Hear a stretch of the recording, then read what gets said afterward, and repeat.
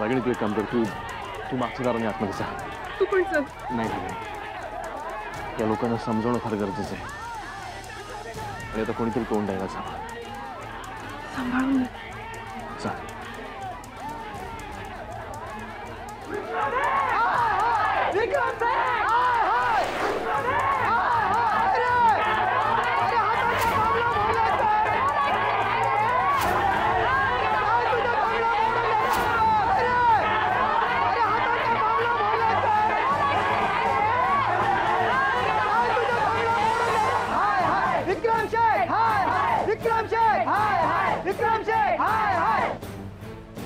आम्ही इंद्रनील राजेशिर्के, विक्रम से मोठे भाऊ. विक्रम जय हाय हाय. विक्रम जय हाय हाय. विक्रम जय. शांत राहा.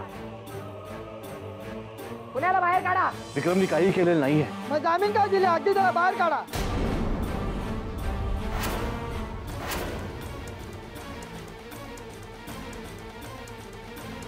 मारा डोकं पुढं आमचं वाटली नाही. मग तुमचं समाधान होईल. तुमचा काय दोष हो? तुम्हाला काय मारायचं? हो ना, मग आम्ही तुम्हाला सांगतो विक्रमचाही काही दोष नाहीये. आमचा भाऊ निरपराध आहे. प्लीज तुम्ही तुमच्या विक्रम शेठला गुन्हेगार ठरवू नका. माझा मुलगा मेला आणि तो विक्रमनेच मारला. त्या मुर्द्याला बाहेर काढा. आता मी त्याला सोडणार नाही. ठीक आहे. जर का जीव घेऊन तुमचं समाधान होणार असेल ना तर आमचा जीव घ्या. बारा. ठीक आहे, आम्ही त्याला काय बी करणार नाही. अगोदर त्याला बाहेर काढा.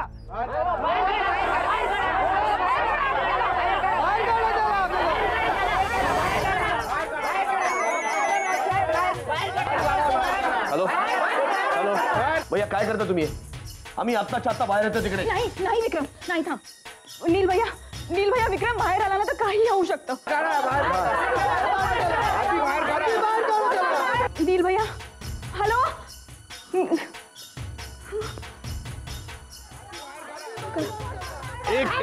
एक मिनिट. हे बघा, विक्रम आत्ता घरात नाही, तो कोर्टात गेलाय. आम्ही त्याला भेटायला कोर्टातच जातो. आम्ही त्याच्याशी बोलतो आणि आम्ही तुम्हाला शब्द देतो की नक्कीच तुम्हाला न्याय मिळेल. आई, तुम्ही तरी समजून सांगा सगळ्यांना. आश्वासन काय नाही आहे. हा खोटं बोलतोय.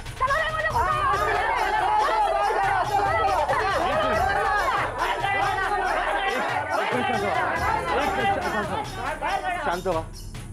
हे बघा, आम्ही तुम्हाला आश्वासन देतो, कोर्टाचं कामकाज चालू आहे.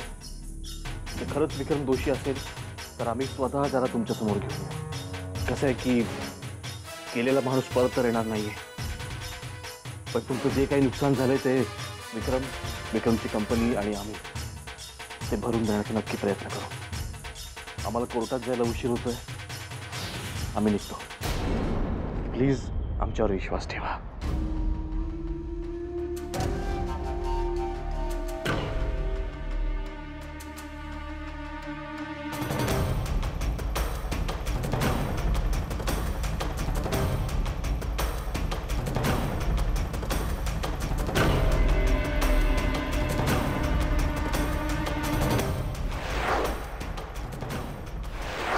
अरे कोणी जायचं नाही. हा माणूस खोटा बोलतोय. खोटं बोलतोय. थांबा, जोपर्यंत विक्रम इथे घरी येत नाही तोपर्यंत आपण इथेच बसायचंय.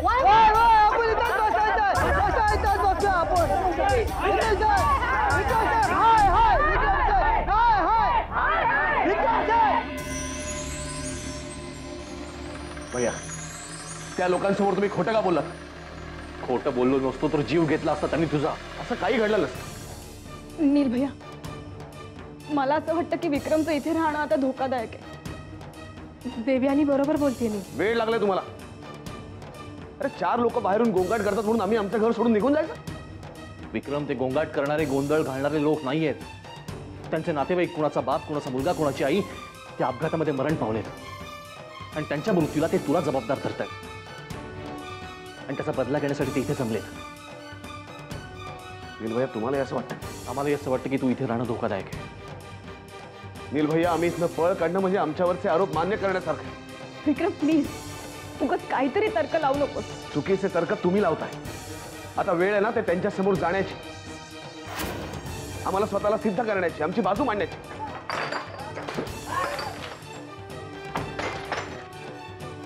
या लोकांसमोर बाजू मांडणार आहेस तू विक्रम? शुद्धीत नाहीयेत ते, वेळ संचारले त्यांच्या डोक्यावर.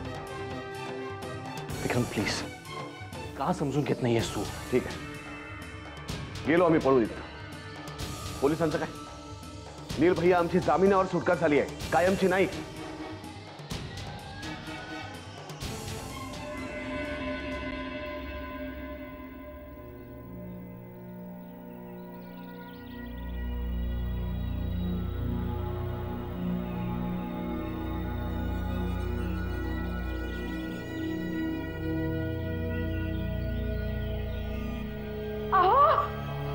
पहिली काय झालं? काय ग?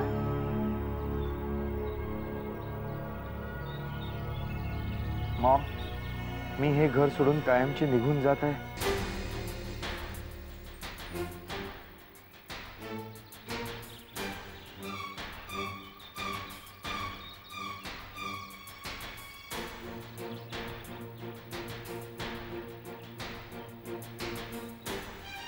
या घरात माझा जीव गुदमरत होता आणि ज्या घरात माझ्या करिअरला जागा नसेल, मला माझे निर्णय स्वतःचे स्वतः घेता येत नसतील, अशा घरात राहणं माझ्यासाठी केवळ अशक्य आहे.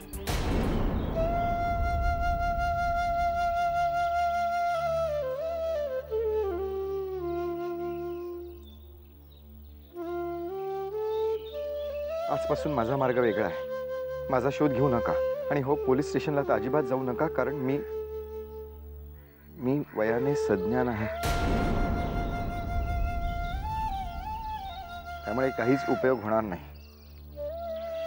आजपासून मी, माझं आयुष्य आणि माझी स्वप्न, बस. विलासा,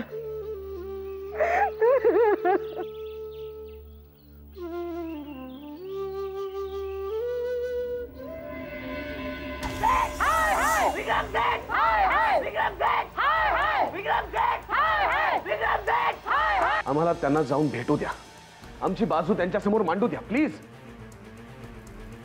नाही विक्रम, थांब जरा. नील भैया, मी काय म्हणते, आपणच पोलिसांना जर सांगितलं की विक्रमच्या सुरक्षेच्या कारणावरून आम्हीच त्याला एका अज्ञात जागी लपवून ठेवलंय तर? देव्याने मूर्खपणा करू नकोस. तुला माहिती होतं कदम कसा आहे ते, काय हाल करेल त्या कामगारांचे. विक्रम, आम्हाला तुझी जास्त काळजी आहे. विक्रम, काही दिवसांचा प्रश्न आहे. हे बघ, परिस्थिती पूर्ववत झाली की आम्ही तुला परत बोलून घेऊ रे. नाही, आम्हाला ते शक्य नाही. तुला ते शक्य करावंच लागेल.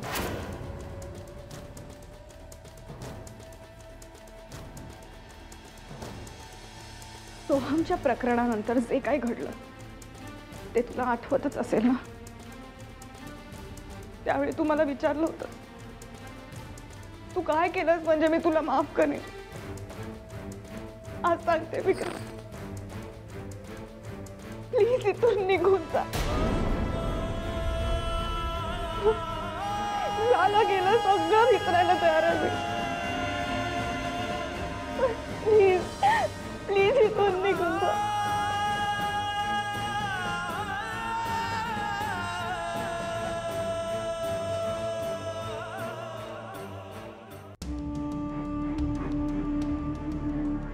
ठीक आहे, आम्ही जातो इथं, पण फक्त तुझ्या समाधानासाठी.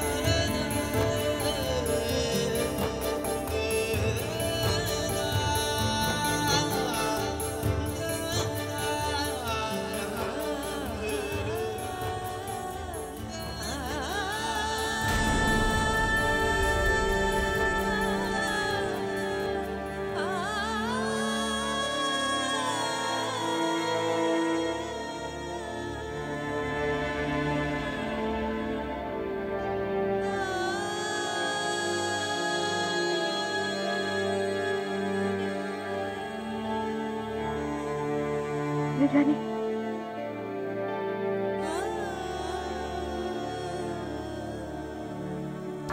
विक्रम सेठ, हाय हाय विक्रम सेठ, हाय हाय विक्रम सेठ. हाय हाय. ए थांबा रे थांबा, मला काहीतरी घोटाळा वाटतंय. हे लोक चोर आहेत, हे लोक खुनी आहेत, यांचं काहीतरी गडबड आहे. आपल्याला काहीतरी करायलाच पाहिजे. उठा उठा आता सगळेजण उठा.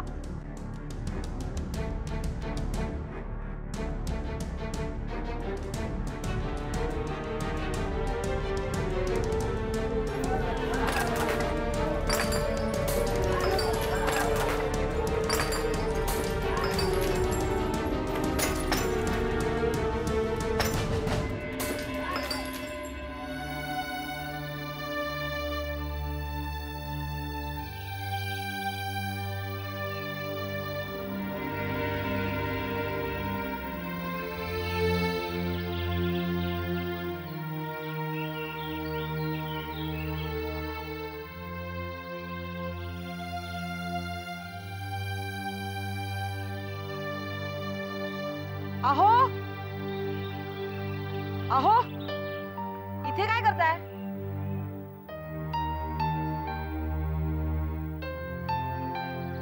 काय करूया? जाऊया का आपण केटीच्या घरी? नाही नको, त्या माणसाच्या नादी लागून काही उपयोग नाही. पण श्रावणी कुठे राहते हे कळायला हवं. म्हणजे तिची समजूत काढता आली असती ना. कोण सांगेल? काय झालं?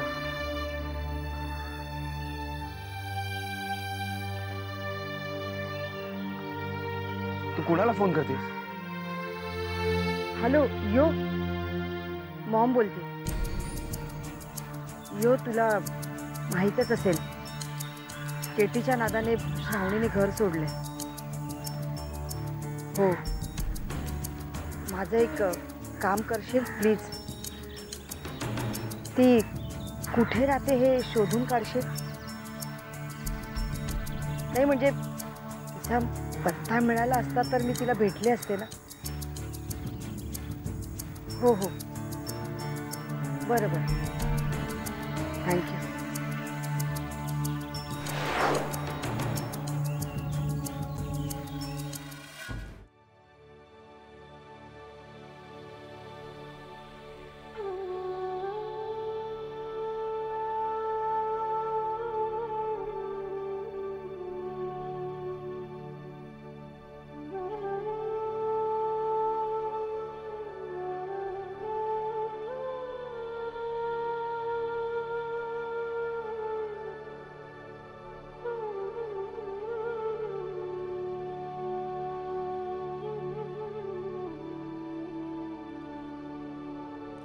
कशी आहे रागिणी बहिणींची तब्येत?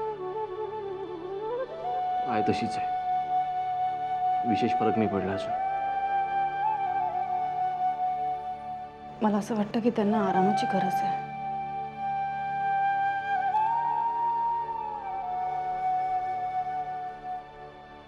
नीलभैया, विक्रमला आपण जबरदस्तीने पाठवलं तर आहे, पण आता पुढे काय?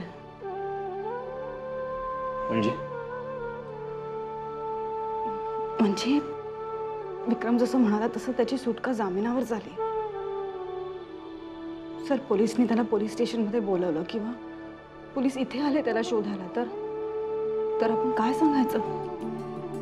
देवेनी, आपण जे खरं तेच सांगायचं. आणि पोलिसने ऑब्जेक्शन घेतलं तर?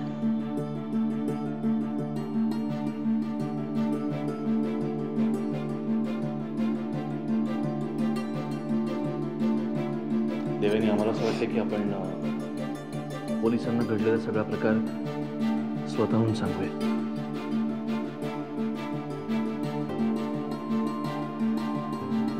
हो, मलाही असंच वाटतंय. आम्ही फोन करून कळवतो त्यांना.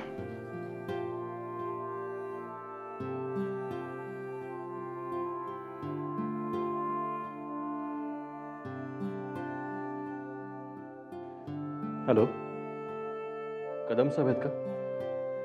बोलायचं होतं. Katie, listen to me. All SMS with address. बोल. तू छाती ठोकपणे सांगत होतास ना की तुझ्यात आणि श्रावणीमध्ये काहीच नाहीये म्हणून? मीच उगाच संशय घेते म्हणून? श्रावणीच्या आईला सुद्धा तू हेच सांगितलंस रे. श्रावणीचं तुझ्यावर प्रेम आहे, तुझं नाही. खरं? तुला नक्की काय बोलायचं तर बोल ना. हे बघ, उगाच तुला माहित नसल्याचं नाटक करू नकोस. आपण श्वेतासाठी जे घर घेतलंय तिकडे सध्या श्रावणी राहतेय, राईट? तुला कोणी सांगितलं? कोणी सांगितलं ह्यापेक्षा खरं आहे की नाही हे सांग. हो, खरं आहे. आता तू काय करणार आहेस? मला डिवोर्स देणार आहेस की घर सोडून जाणार आहेस? मी असंच काहीतरी करावं अशी तुझी मनापासून इच्छा आहे. आय नो व्हेरी वेल. पण श्वेतासाठी मी असं काहीही करणार नाही हे तुलाही चांगलंच माहिती. त्या घरातून कोणी जाणारच असेल ना तर ती तुझी श्रावणी असेल. ते शक्य नाही, कारण ते घर मी विकत घेतले आणि तिथे कोणी राहायचं कोणी नाही राहायचं हा माझा प्रश्न आहे.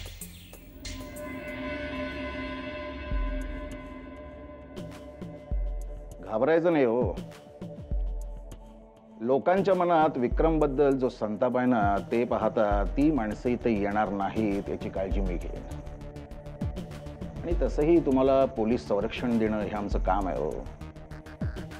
कदम आहे, रिलॅक्स. ऍक्च्युली संतापलेले कामगार घरापर्यंत पोहोचले होते. विक्रम त्यांना समजवायला गेला होता पण त्यांनी विक्रमचं काही ऐकलं नाही. रागाच्या भरात त्यांनी दगडफेक केली. त्यात विक्रम जखमी पण झालाय. एवढं सगळं घडत असताना मला फोन करायचा ना. घरी फोन आहे ना. नाही म्हणजे आम्ही करणारच होतो फोन, पण विक्रमनेच आम्हाला अडवलं. का? कामगार काहीच ऐकण्याच्या मनस्थितीत नव्हते. पोलिसांना फोन केला असता तर कदाचित त्यांना ताकदीचा वापर करावा लागला असता.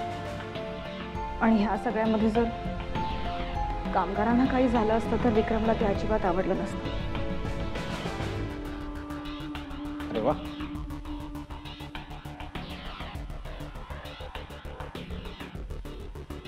विक्रमादित्य राजे शिर्के हे गुन्हेगार नसून किती इनोसंट आहेत हे समजवण्याचा खूप चांगला प्रयत्न करताय तुम्ही. गुड. म्हणजे तुम्ही ठरवूनच टाकलंय की विक्रम गुन्हेगार? आज किंवा उद्या कळेलच खरा गुन्हेगार कोण आहेत. आता विक्रमादित्य कुठे आहे? कदम साहेब, तुम्ही गैरसमज करून घेऊ नका. आता विक्रमादित्य कुठे आहे? कामगारांनी त्याच्यावर हल्ला केला त्यावरून आम्हाला असं वाटलं की विक्रमच्या जीवाला धोका आहे, म्हणून त्याला आम्ही एका सुरक्षित ठिकाणी हलवलंय.